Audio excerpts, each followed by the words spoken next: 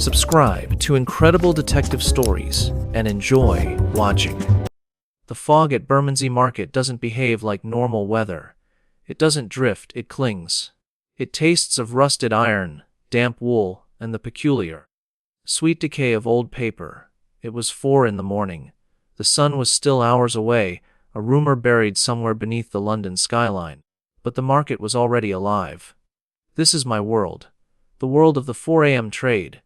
Flashlights cutting through the mist like lightsabers, illuminating tables piled high with the debris of history. Silver cutlery shivering in the cold. Porcelain dolls with cracked faces staring up at a black sky.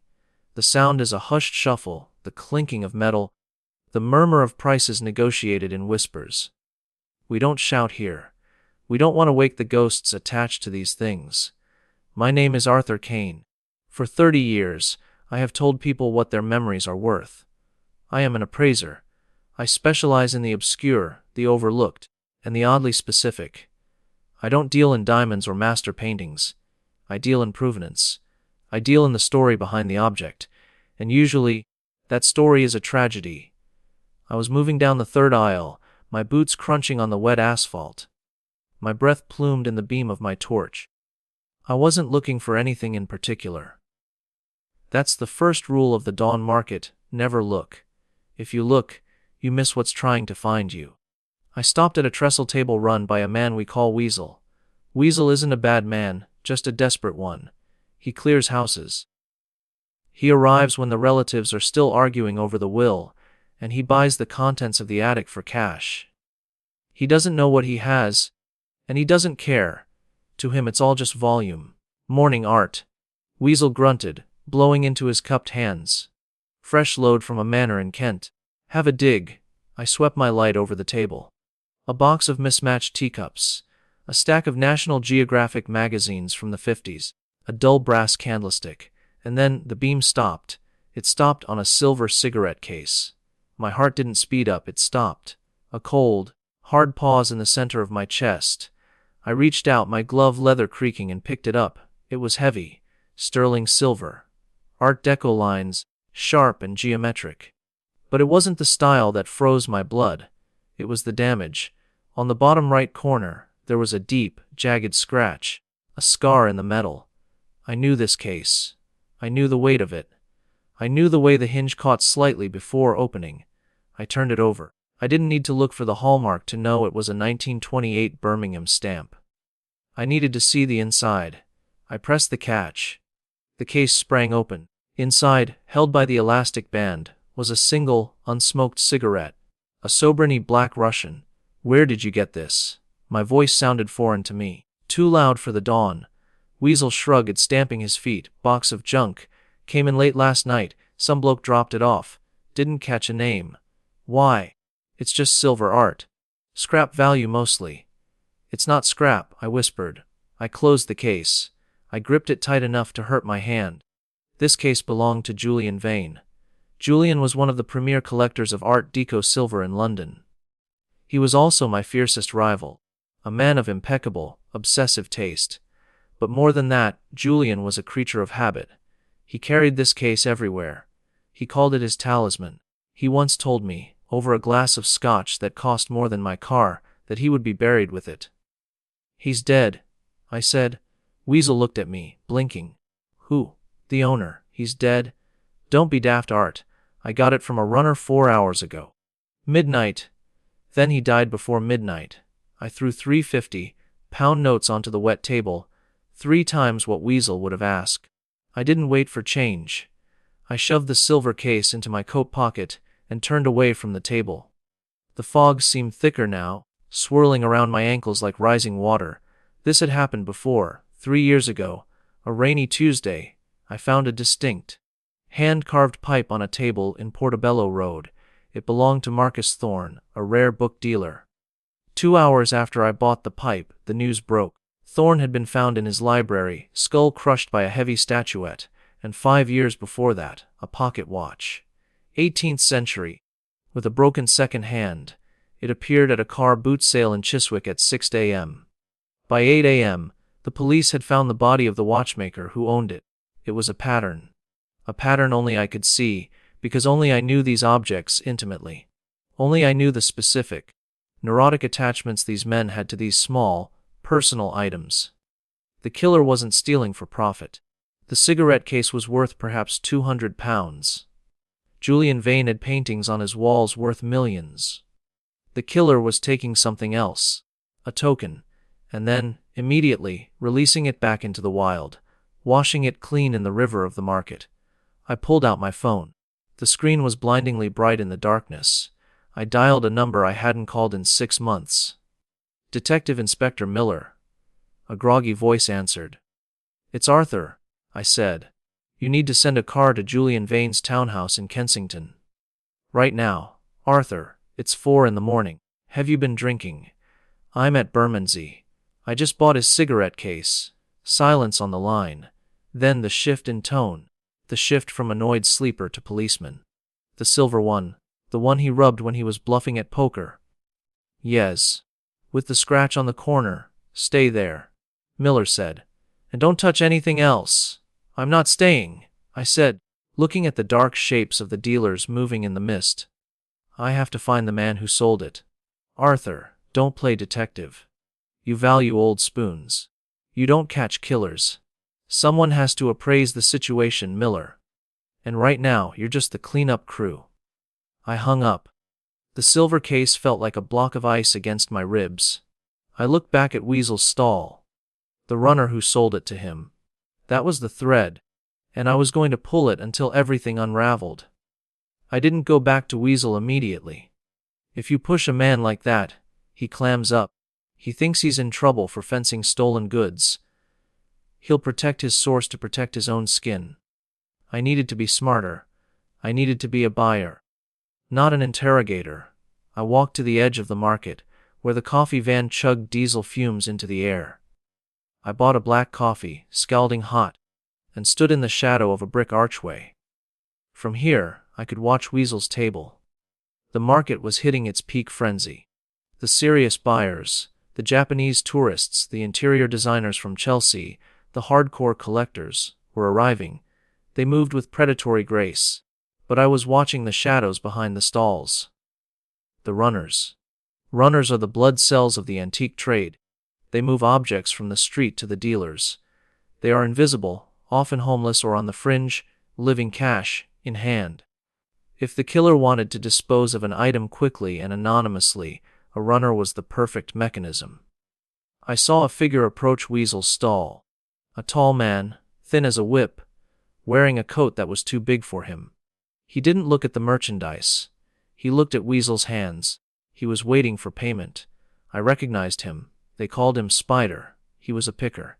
He went through bins, skips, and house clearances before anyone else got there. He had eyes like a magpie. I waited until Spider took a wad of cash from Weasel and turned to leave. I followed him. He moved fast, weaving through the crowd, heading away from the market lights and towards the dark residential streets of Bermondsey. I caught up to him near the park fence. Spider, I said softly. He spun around, a switchblade appearing in his hand as if by magic. It wasn't a threat. It was a reflex. When he saw it was me, he relaxed, but only slightly. The knife vanished back into his sleeve. Mr. Kane. You shouldn't sneak up on people. Bad for the health. I'm not looking for trouble, Spider. I'm looking for provenance. I don't know that word. I just find things. I reached into my pocket and pulled out the silver cigarette case. I held it up. The street lamp caught the polished metal. You sold this to Weasel tonight. Midnight drop. Spider's eyes flickered.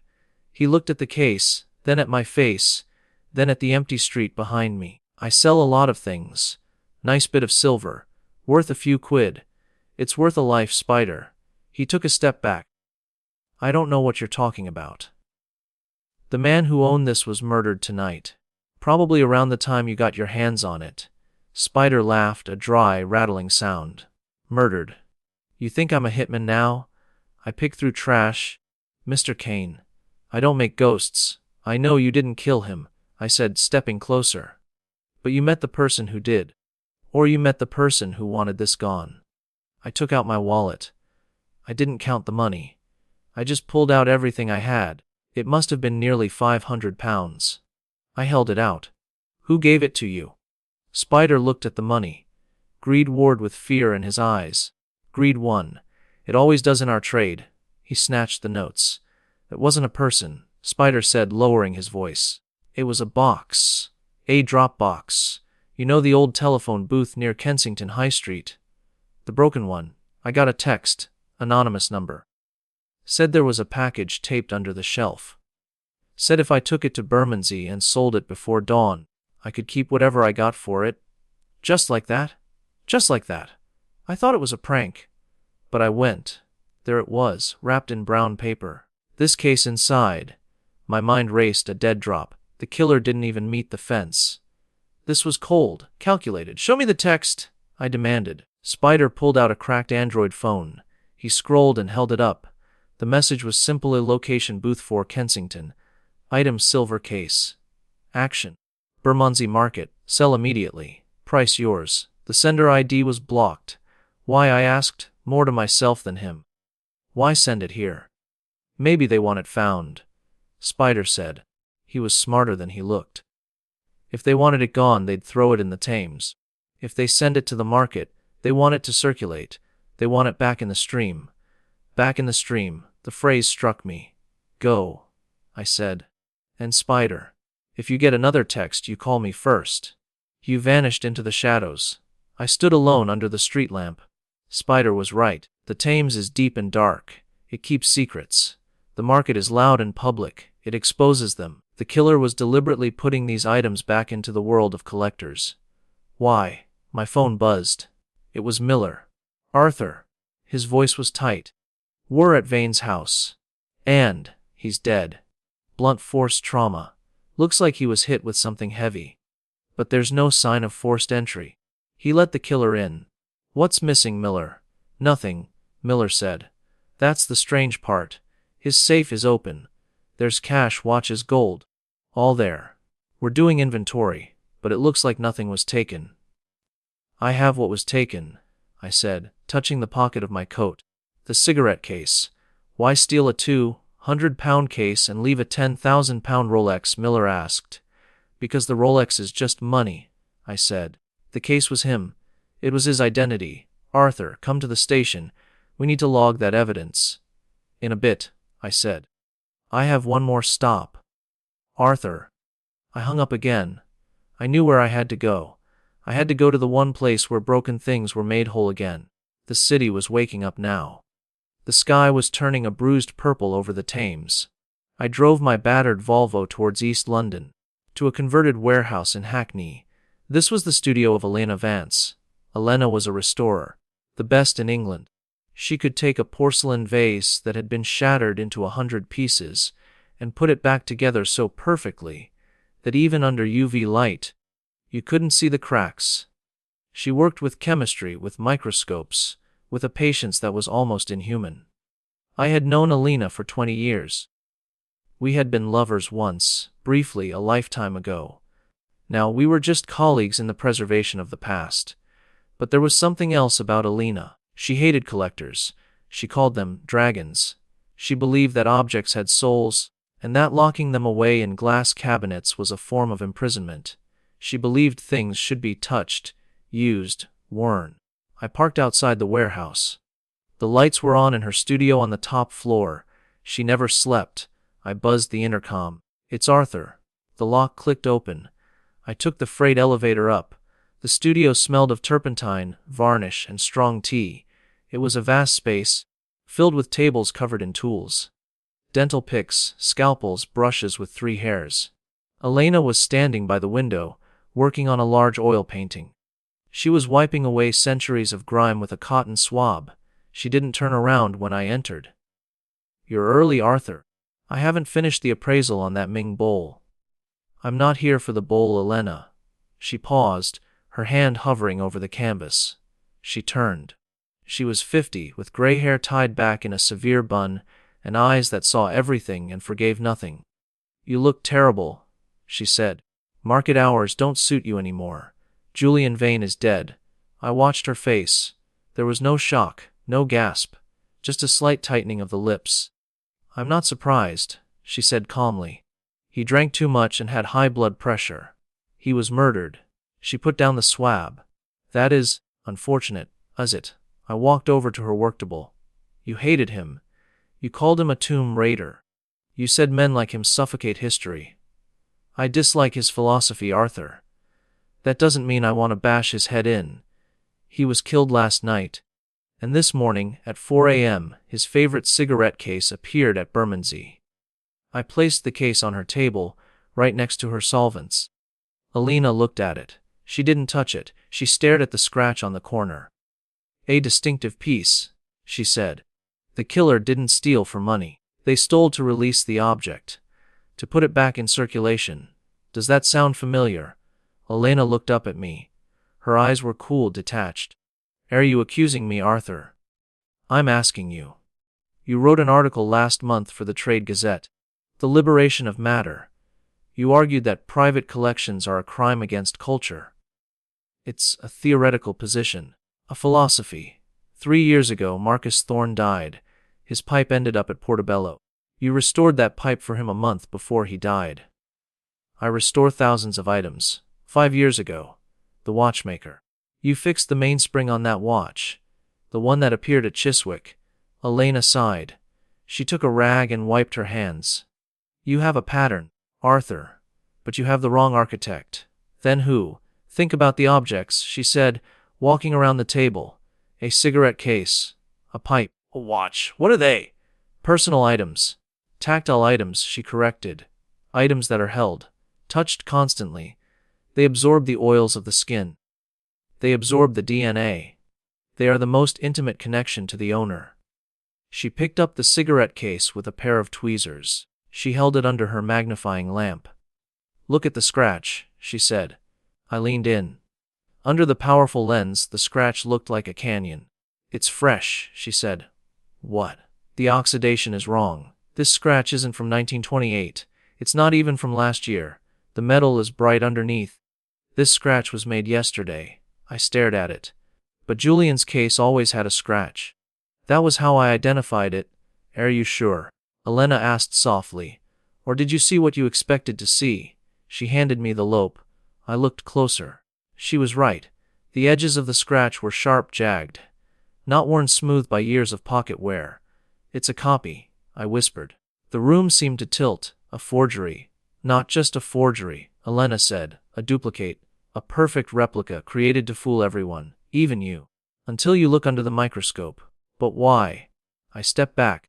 Why kill Julian and then sell a fake of his case at the market? To prove it could be done, Elena said. To show that you, the experts, the appraisers, the high priests of value, you don't know anything. You value the story, not the object. If the story is right, you'll buy a piece of junk. If the provenance is convincing, you'll ignore the evidence of your own eyes. She looked at me with pity. This isn't about liberating objects, Arthur. This is about mocking you. My mind raced back to the other items. The pipe. The watch. Had I ever examined them this closely? No, I saw them, recognized them, and assumed. Who, I ask, who has the skill to make a replica this perfect in a matter of days? Who has access to the collections to study the originals? Elena didn't answer. She just looked at the door. A shadow moved in the hallway. Hello, Arthur, a voice said. I turned. Standing in the doorway was a young man, perhaps 30. He wore a bespoke suit and carried a leather satchel. It was Simon, Elena's apprentice. Simon was a prodigy. I had watched him work. He could carve wood, mold silver, age paper. He was a chameleon of materials. Simon, I said. He smiled. It was a cold, empty smile. You found it quickly. I'm impressed. I thought it would take at least until noon. You killed Julian. Julian was a bore, Simon said, walking into the room. He didn't look threatening. He looked like he was discussing a dinner menu. He didn't appreciate the case. He just liked that it was rare. He didn't understand the craft. So you bashed his head in. I needed the original, Simon said simply, to make the final comparisons, to ensure the weight was correct to the gram. I swapped them last night. I left the fake at the market for you to find. I wanted to see if the great Arthur Kane could tell the difference between the master's soul and a piece of metal I shaped in a basement. He pulled a gun from his satchel. A small, probably restored. And? Simon asked. Did you know? I knew it was Julian's, I said.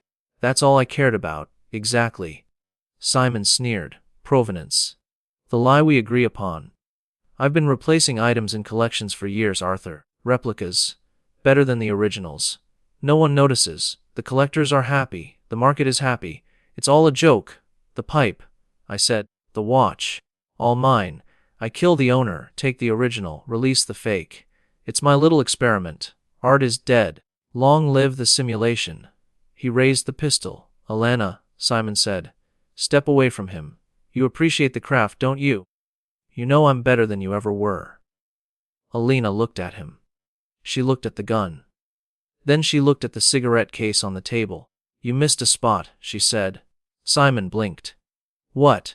On the hinge. The patina. You used sulfur liver, didn't you? You didn't neutralize it properly. It's turning green under the light. Simon's eyes darted to the case. It was an instinct. The instinct of the craftsman. He couldn't handle the idea of a flaw. For a split second, his focus broke. That was all I needed. I wasn't a fighter. I was an old man with bad knees. But I was holding a heavy glass jar of turpentine. I threw it, not at him. At his face. The glass shattered against his forehead. Solvents splashed into his eyes. Simon screamed. The gun went off, a deafening crack in the enclosed space, but the bullet went wide, shattering the window. I lunged. I tackled him. We hit the floor hard. He was younger, stronger, but he was blinded and panicking. I grabbed his wrist. I slammed it against the floorboards. Once, twice. The gun skittered away. Elena was there instantly. She kicked the gun across the room. She picked up a heavy bronze bust of Voltaire and stood over him. Stay down, Simon, she said, her voice shaking but hard as iron. Or I will break you. And I know exactly where the weak points are. Simon curled into a ball, sobbing, clutching his eyes. It was perfect, he whimpered. It was perfect. I lay on the floor, gasping for breath. My ribs ached. The room smelled of chemicals and fear. I looked at the cigarette case on the table. It sat there indifferent. A piece of metal. A fake. A lie that had cost a life. It wasn't perfect, I wheezed. Elena looked at me. Actually, she whispered, it was. I lied about the green spot. There was no flaw. I looked at her. She offered me a hand up. You bluffed, I said. I'm an appraiser too, Arthur. She smiled sadly. I know how to spot a fake. But I also know how to spot a vanity. The police arrived 10 minutes later. Miller wasn't happy about the gun, or the turpentine, or the fact that I had almost gotten myself killed. But he had his killer. They found the original cigarette case in Simon's apartment, along with the original pipe, the original watch, and a dozen other masterpieces that had disappeared, or been replaced. Simon had been building his own private museum. A museum of blood and silver. He didn't want to destroy the objects. He wanted to be the only one who knew the truth. He wanted to be the god of the market, the one who decided what was real. I sat on the back of the ambulance, a foil blanket around my shoulders. The sun had finally risen. The light was gray and weak, but it was light. Elena came out of the warehouse. She handed me a cup of tea. He was right about one thing, she said quietly. What's that? We invest so much in these things. We give them power they don't have. It's just silver, Arthur. It's just molecules. I took the tea. I watched the police carry the evidence bags out. It's not just silver, I said. It's memory. He tried to counterfeit memory. That's the crime. Maybe, she said. She looked at her hands. I'm gonna close the studio for a while. Take a trip. We're somewhere new. Somewhere with plastic chairs and no history. I'm tired of the past, Arthur. She walked away. I watched her go. I reached into my pocket. I still had the fake cigarette case. The police had taken the real one from Simon. But they had missed this one in the confusion, or maybe I had instinctively pocketed it. I looked at it. It was a masterpiece of deception. It was beautiful. I walked to the edge of the canal that ran behind the warehouse. The water was black and oily. I held the case over the water. If I sold it, even as a fake, it would fetch a price. It was a part of the story now. The murder case.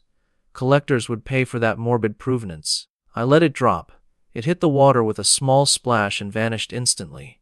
No ripples, just gone. I turned back to my car. My phone buzzed. A notification from an auction house. A upcoming lot, rare Victorian mourning brooch. Excellent condition. I swiped the notification away. I drove back to Bermondsey. The market was packing up. The tourists were leaving with their treasures. The runners were counting their cash. I walked through the empty aisles. The ground was littered with styrofoam cups and flyers. I stopped at Weasel's table. He was loading boxes into his van. "All right, Art," he called out. "Here you had a morning. You could say that. Find what you were looking for." "No," I said. "I found something else." "Well, look at this before I pack it," Weasel said, holding up a dusty violin case. "Just came in. Old boy in Ealing died. His widow says it's a Stradivarius." He laughed. A rough, cynical laugh. "It's never a Stradivarius, Art, is it?" I looked at the case. I felt that old itch, that pull, the need to know, to see, to judge. "Open it," I said. Weasel popped the latches. I leaned in. The wood gleamed in the weak sunlight. The investigation was over. The killer was caught. But the market never closes. The objects are always waiting. And as long as they are waiting, I have to be here. To tell the truth from the lies. "It's not a Strad," I said, running my finger over the varnish. "But it's a very good German copy. Late 19th century. Worth anything?" "Maybe," I said. "Depends on the story." I closed the case. The fog had lifted, but the cold remained. It always does. I walked back to my car, leaving the dead to their rest and the living to their trade. I am Arthur Kane. I am an appraiser, and I am the only one who knows the price of silence.